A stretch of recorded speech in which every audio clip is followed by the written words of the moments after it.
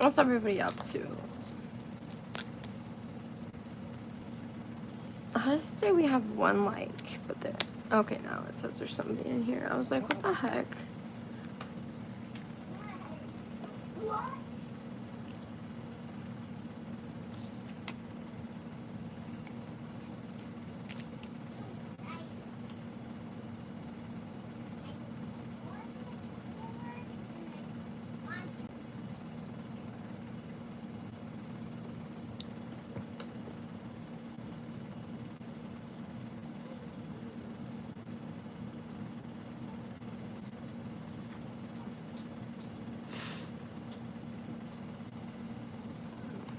How is everyone today?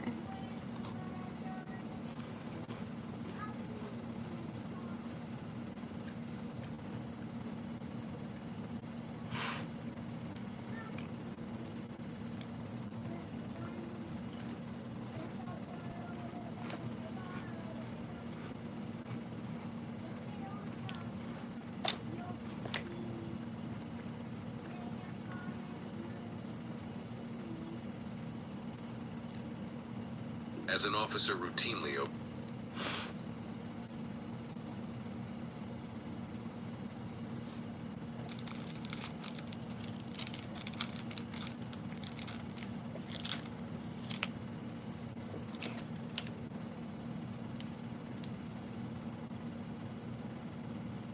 Everyone's quiet on stream this morning. What's up, Emmy Draws?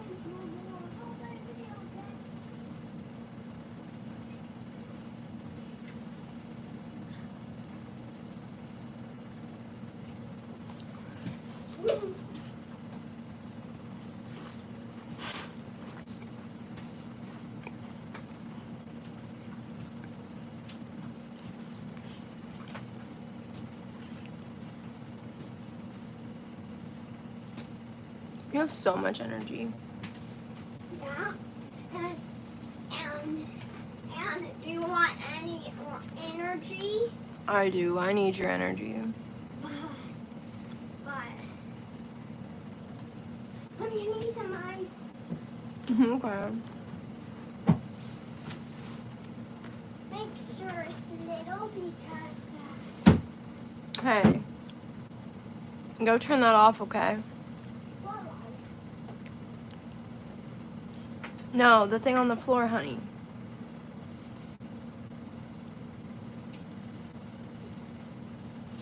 Thank you. Yeah, I love it too.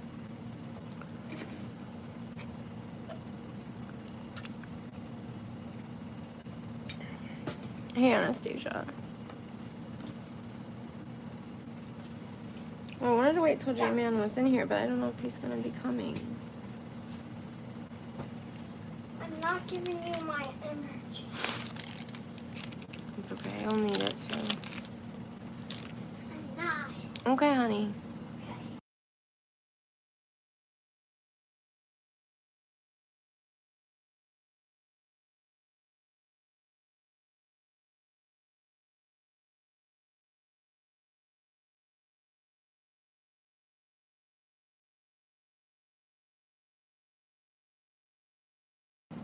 Thank you. Yeah, I love my tattoos. I am an X fan. Yeah, I do like X.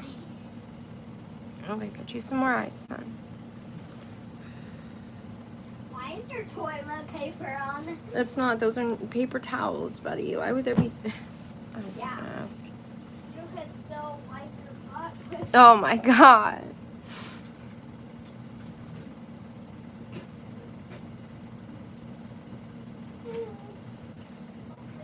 This boy.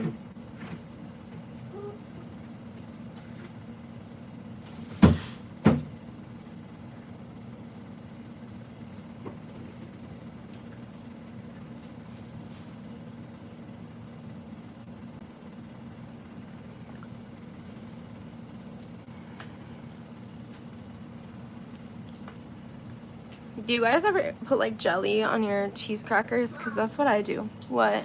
Is it real that nothing? Hang on, guys.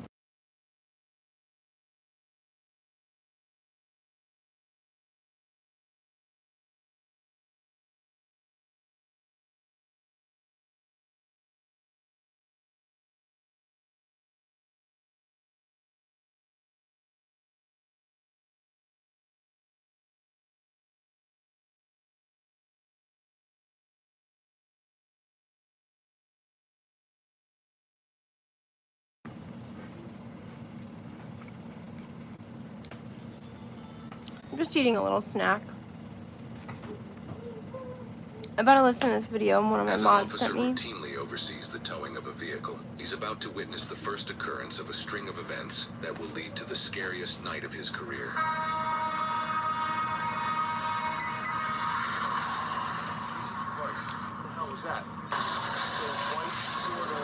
If you guys have ever had these crackers and never tried them with like a About an thin hour layer and a of half jelly later, on top, officers find the suspect parked so in a good. driveway and surround him.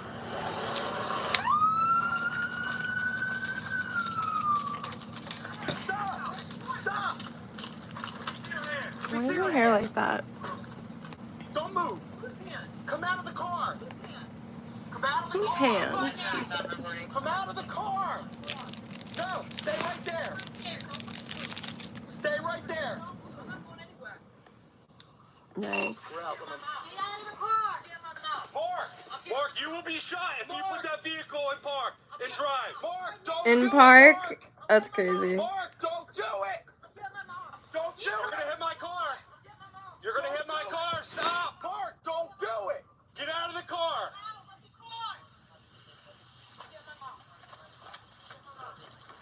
Watch out, watch out. Watch out. Watch out. Crikey, he said. Mark! Oh, shit. We need units.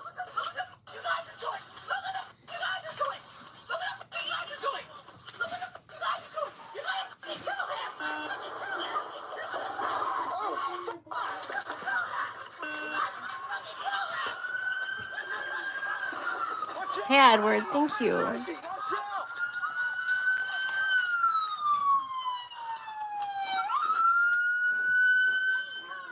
Get out of the way! Watch out, watch out! Watch out! Frankie! Zach, watch out! Watch out! Watch out!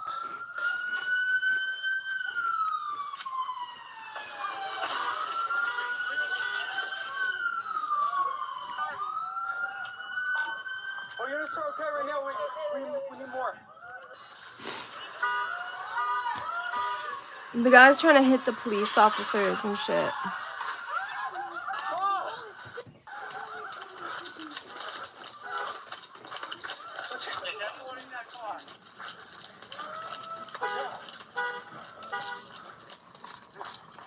All units, stay off the road. Stay off the road. Everyone off the road. Stay in the house. Watch out. Block him in.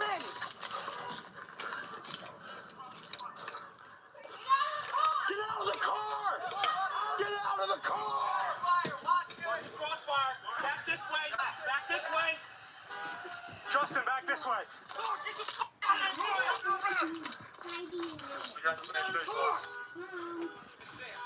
Oh, there's body cam footage. This guy, he's trying to hit the police officers with his car and other people and...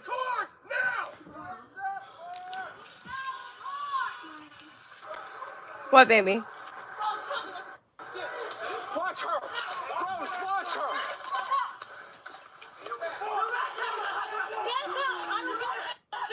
We confirm you as okay. Orlana, cuff her! Orlana! Cuff her!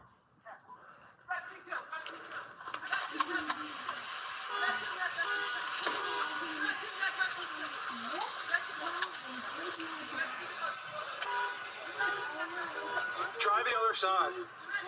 The other side of the baton. I gotta check the dog, too. This officer is referring to his K9 unit that was inside one of the squad cars the suspect rammed at full speed.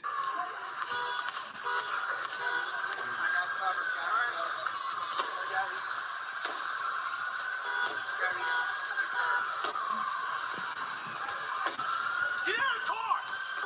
I got covered. All right. I got you.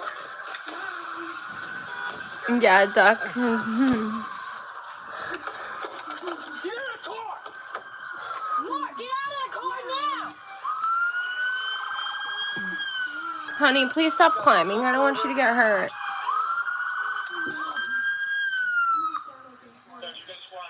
Is he slumped over? Back. Stay back.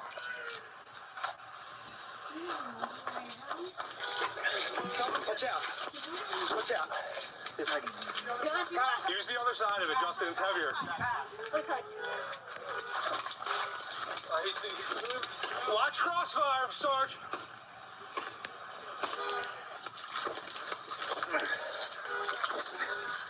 This looks complicated.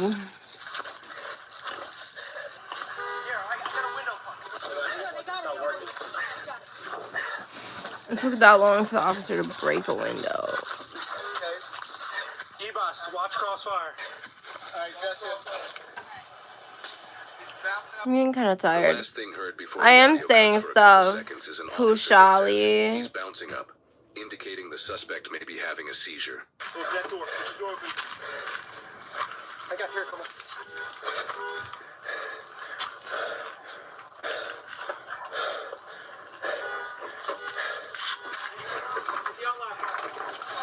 Alright, stop. I got Alright, watch. Everyone be careful. Grab the key and turn it off. Mark! Keep the door locked. Guns away, guns away, guns away. Get him out.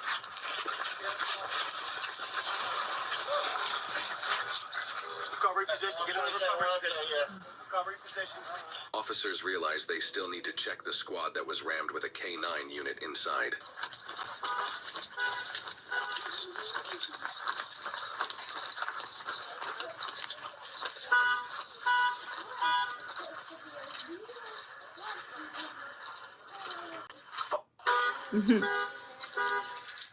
Thank you, Pushali. Hold on, buddy. I need some light right here.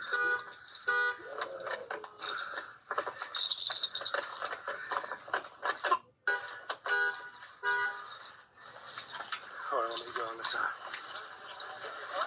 What's that? He hit my car like 3 times. I gotta check. No, Pushali. It's body cam footage. Come here, come here.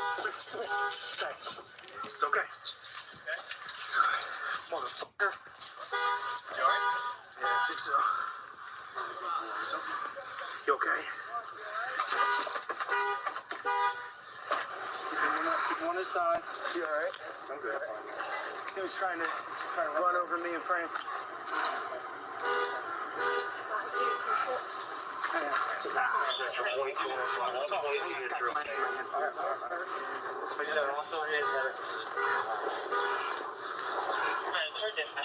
You good? And he backed up to like about this telephone pole and just gunned it full speed right into it. Like I don't know if he thought I was in there or something. He was just smoking the car, and then he back up, boom, do the next thing, and he was wild. Everybody was like running to try to get out of the way. Then he just gunned it down that way and just smoked the car head on, and then like we were giving him commands and nothing. Thank God you were out of the car already.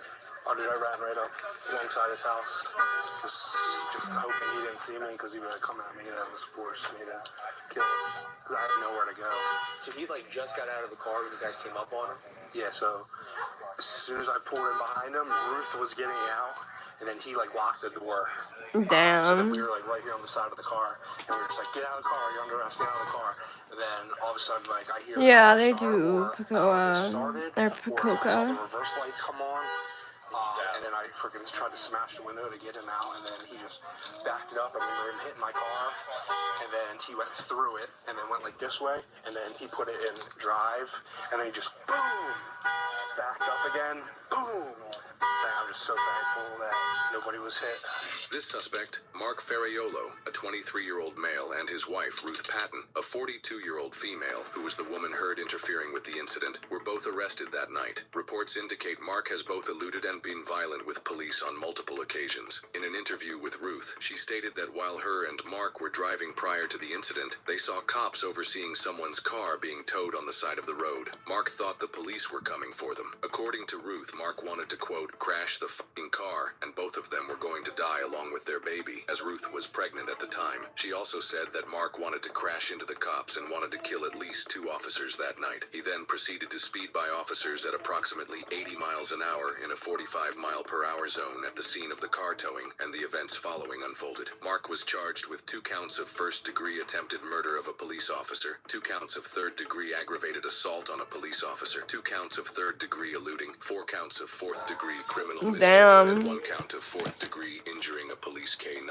Ruth was charged with 1 count of third-degree terroristic I'm 29 threats years and 1 count old. of fourth-degree obstruction I'll of be justice 30 for her next actions month, on during the July incident. 2nd. While no trial date has been set So in yet, just a both few have been days, held about without 7 bond at the Burlington days. County Jail since the incident. While both the K-9 unit named Tango as well as multiple officers sustained injuries, none were life-threatening, and all have since fully recovered. Mark and Ruth are presumed innocent unless proven guilty in a court of law. This was the calm before the storm that they probably never saw coming. And it's amazing how people could see a street full of cops but still drive like they simply don't care. Unfortunately, they found the white sedan, and I'm thinking, good. Early one morning in late November of 2020, Heather Fernandez called 911 and told the operator that she found her husband Robert dead on the bathroom floor. Tell me exactly what happened. I came into my room and my husband, I think he died. I think he's on the floor. I mean, I know he's on the floor. I think he's dead. No, Robert, no, please, don't do this for me. No. Don't do this for me. No. Heather looked every bit the frantic and distraught widow when first responders arrived shortly thereafter.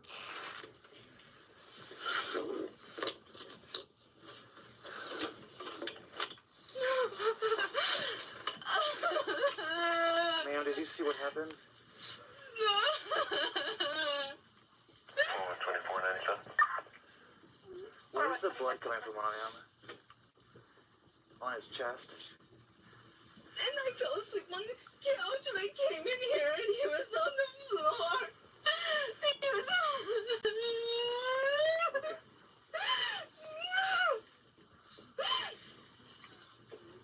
Ma'am, can you watch eyes and check his pulse? He's cold. He's cold. Cold. When did you last see him? About 3. But as the investigation progressed, detectives noticed a number of glaring inconsistencies in her story. Some may have been caused by shock and stress, but others were absurd and downright unbelievable. Before we begin, we would like to express our sincerest condolences to Robert's friends and family for their loss. Robert Hofer was born in Yeah, Southern I'm from the California, USA. but spent most of his life in New Mexico.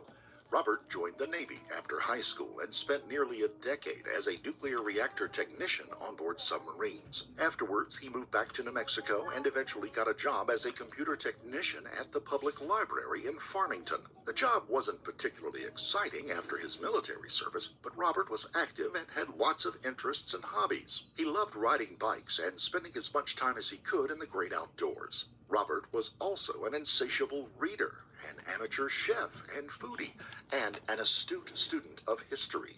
In many respects, he was the commensurate Renaissance man. I'm just listening to some true crime stuff, like some body cam stuff. Smitten when he met Heather Fernandez in September of 2019. Heather was a bubbly third-grade teacher at McCormick Elementary School in Farmington, and she and Robert hit it off immediately. In fact, things got so serious so quickly that they tied the knot at the VFW in Aztec, New Mexico the following September, just a year after they first laid eyes on each other. Robert told everyone that Heather was the love of his life and that he had never been happier. He also loved Heather's 3 children and their children, which he treated like they were his own grandchildren. Robert and Heather lived in a modest home on the 700 block of South Ivy Avenue. We don't know much about their relationship after the wedding, but we do know that Robert was out of work and money was tight. To make matters worse, Heather was also supporting one of her adult sons, his fiancée, and their 2 kids who lived with her and Robert in their tiny home. Needless to say, the living situation was tense, and Heather was under a lot of stress. She and Robert Yeah, it's 10:38 in the morning here. They regularly argued about money, his unemployment, and even the relationship he had with his ex-wife. As is often the case, the facade of happiness and normalcy they presented to the outside world may have been a very different thing from what went on behind closed doors. Heather and Robert were at home together on the evening of Saturday, November the 28th, 2020. By some accounts, Heather's son, his fiancée, and their 2 children were there as well. Whatever the case, she and Robert ended up in the bedroom alone an hour or 2 before midnight. According to Heather, Robert was drinking and playing video games when he asked if she'd go to the kitchen and warm up a piece of pie. We'll never know exactly what happened next, but sometime between 3 and 4 a.m., a next-door neighbor heard 2 adults arguing loudly. That argument didn't last long. After that, the small house on South Ivy Avenue got eerily quiet. Then, at 5:39 a.m., Heather called 911 and told the operator that her husband, Robert, was unconscious and unresponsive on the bedroom floor. 911, what is the address of your emergency? Tell me exactly what happened. I came into my room and my husband, I think he died. I think he's on the floor. I know he's on the floor. I think he's dead. Come on, honey, wake up. He's cold. That's sad, Do you bro. think he's beyond any help? Yeah, I do. Come on, babe, wake up, babe. My partner. Nobody was sleeping. I just put my head down a little off camera. Like I was resting my head on my Until they hand. get there, okay? Babe, wake up, babe, wake up. What is your wake up? Damn. Hold on, I can't. So she actually stabbed him though. So that's great. Babe, come on. Come on, babe, wake up. If you want, ma'am. Yes. If you want to try, I can give you CPR instructions. No. But if you think he's beyond any help, come send somebody now, ma'am. Please. They're on their way. What is your name? Heather Hofer. Heather. They are headed that way, and I'm going to stay on the line with you until they get there, okay? Okay. Has he been sick? Well, he injured himself. When was this? This evening. How did he injure himself? He got mad. Babe, come on, babe, wake up, babe. How did he injure himself? He cut himself. How did he cut himself? Listen to me. Babe, wake up, honey, please wake up, honey, please wake up. You can't do this to me. Heather. Saying you can't do this to me. If you think he's gone and there's no help, I need for you to walk out of that room and leave him alone, especially if you think this is going to be a... Are you telling me this is a... now? I don't know. Okay, all right. Heather, they're coming. They're coming as fast as they can. I know it seems like it's a really long time, but they are coming.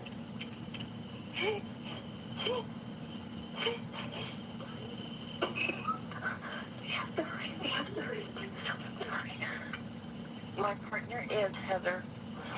Where did he cut himself at? Did he do that before he went to sleep or after you went to sleep? Before he went to sleep. And did you know he had done that? I didn't think we had that.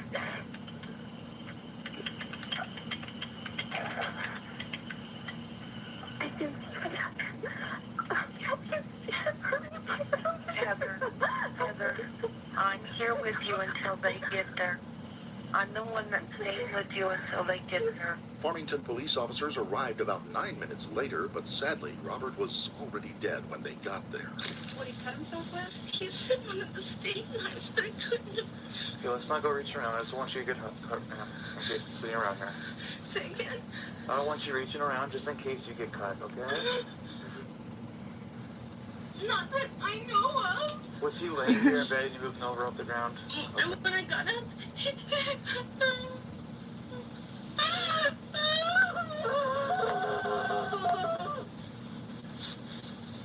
What the fuck? Back here, Sarge. Oh, am I? No. We're not sure. She said he cut himself earlier that night. Had been in bed in here, and then she came over, pulled him off the bed, took his shirt off. No lacerations I'm seeing are deep enough and have a lot of blood protruding, but... That's the thing. That's my fault. It's not deep. They were deep. They're not deep enough to kill. What medication does he take, ma'am? Or this is medication up here? That's fucking sad.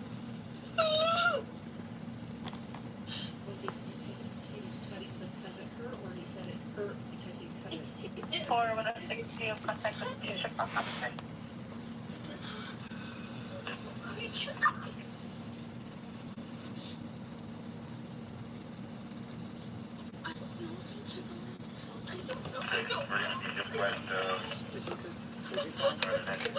don't know. That's why I'm calling it back. I missed him on the floor.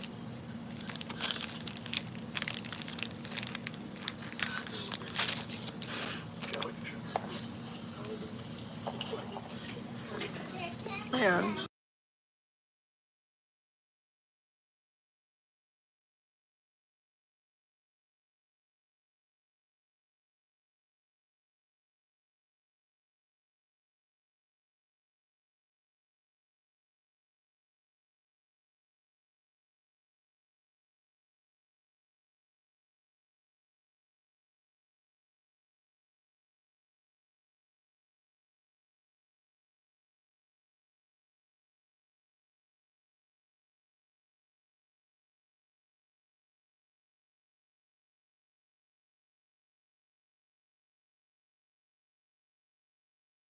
We're going to have somebody come and look at him, but we're going to try and move him to a more accessible place, right here, right outside the door. I tried moving him before 11. What's that? You should have tried flipping him over when I'm 4'11". He was laying on his, he was on my computer, face down. Okay. And I flipped him over. And then and he's cold.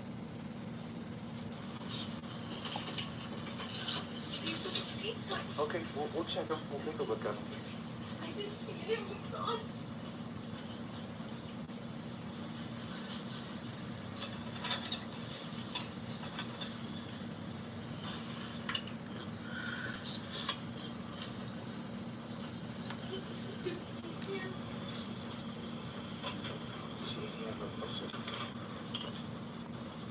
Does he keep his knives in any drawers or anything like that now? And do you know if it was in here where he ended up possibly hurting himself, or what had happened exactly, Heather? Well, we were going to bed, and he was like, it hurts. I don't understand it, And is there any cut marks on him at that time? I didn't notice any at that time, and then I went home later, and he's like, it hurts. So the first one, I was like, of course they said it hurts. Did this happen whenever you were moving him in your shirt? Oh, sure. Then I took it off of him, and I took it up. He was wearing a shirt. Yeah, and now I can't find it. He was wearing a shirt and a jacket. So, with all that said, and I'm just going to kind of warn you ahead of time, they're going to probably collect your shirt and take pictures of you and your hands. I didn't do anything. Okay, it's just procedure. I didn't do anything. And I just wanted to warn you ahead of time, they're going to get your own. Be surprised by anything that happens, okay? Their investigation is going to be very thorough. And they're going to ask you questions and just kind of try and get a timeline together. We do need to find the shirt, we do need to find the jacket. I was looking for that. If we can touch as minimal things as possible. Robert was lying on the floor with 3 gaping wounds to his chest, and Heather had blood on her shirt and hands. The officers also noticed that there was far more blood on the bed than there was on the floor. It seemed a little suspicious, but at that point they weren't sure if they were dealing with a homicide or a suicide. In the early going, Heather seemed just like another grief-stricken wife struggling to come to terms with the sudden loss of a spouse. Even so, she said a few things that didn't add up. For one, she told them that she had moved Robert's body. Nonetheless, they did not press for more information because they knew investigators would eventually take her to the police station for more questioning. Later that morning, crime scene technicians began going over the home with a fine-tooth comb. Again, they noticed that most of Robert's blood was on the bed and not on the floor where his body was found. And even more interestingly, not a single drop of blood was found outside of the bedroom. In fact, the evidence suggested that Robert was stabbed on the bed in the bedroom and that someone had cleaned his body before moving it to the floor. Another red flag were the wounds in Robert's chest being consistent with one of the knives from the kitchen. But all of the knives were exactly where they were supposed to be when first responders got to the house. Hey guys, I'm gonna get off for just a little bit. I'll be back on here in just a little while, okay? Alright, bye guys.